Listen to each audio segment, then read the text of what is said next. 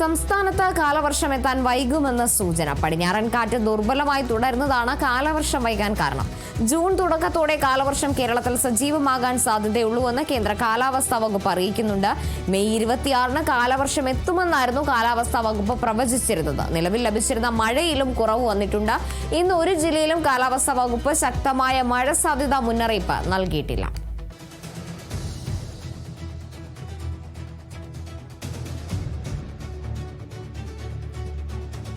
എന്നാലും ആദ്യഘട്ടത്തിൽ കാലവർഷം നേരത്തെ സംസ്ഥാനത്ത് ഇക്കൊല്ലം എത്തുമെന്ന പ്രവചനം ഉണ്ടായിരുന്നെങ്കിലും ഇപ്പോൾ എന്തായാലും കാലവർഷം എത്താൻ വൈകുമെന്ന സൂചനകളാണ് നൽകുന്നത്. പടിഞ്ഞാറൻ കാറ്റ് ദുർബലമായി തുടരുന്നതാണ് ഇത്തരത്തിൽ കാലവർഷം വൈകാൻ കാരണമെന്നാണ് അറിയാൻ സാധിക്കുന്നത്. ജൂൺ തുടക്കത്തോടെ തന്നെ കാലവർഷം കേരളത്തിൽ സജീവമാകാൻ സാധ്യതയുള്ളൂ എന്നാണ് കേന്ദ്ര കാലാവസ്ഥാ വകുപ്പിന്റെ ഭാഗത്ത് നിന്ന് ലഭിക്കുന്ന വിവരം.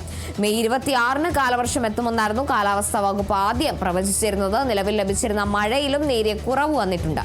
ഇന്ന് നിലവിൽ ഒരു ജില്ലയിലും കാലാവസ്ഥാ വകുപ്പ് ശക്തമായ മഴ സാധ്യതാ മുന്നറിയിപ്പ് നൽകിയിട്ടില്ല. എങ്കിലും ചിലയിടങ്ങളിൽ മഴ ഇപ്പോഴും തുടരുന്നുണ്ട്.